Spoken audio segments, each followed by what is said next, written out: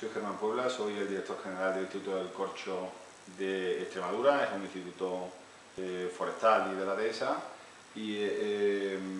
verdaderamente me ha impresionado el Centro Tecnológico Forestal de Cataluña.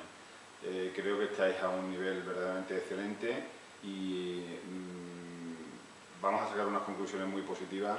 de cara a la implantación y desarrollo de nuestro Centro Tecnológico de la dehesa en Extremadura. Me ha llamado mucho la atención el tema de la trufa, me ha llamado mucho la atención también el tema de la biomasa, y en general cómo tratáis la mayoría de los temas forestales, cómo tocáis todos los temas, cómo se llega tanto a la administración como al particular y cómo se gestiona el conjunto de los recursos. Conocía el centro porque, bueno, pues en el poco tiempo que llevo de director del Instituto del Corcho extremeño, pues ya había recibido noticias vuestras, sobre todo de la universidad, donde me habían dicho, y así lo he comprobado naturalmente esta mañana, que no solamente es un centro de referencia forestal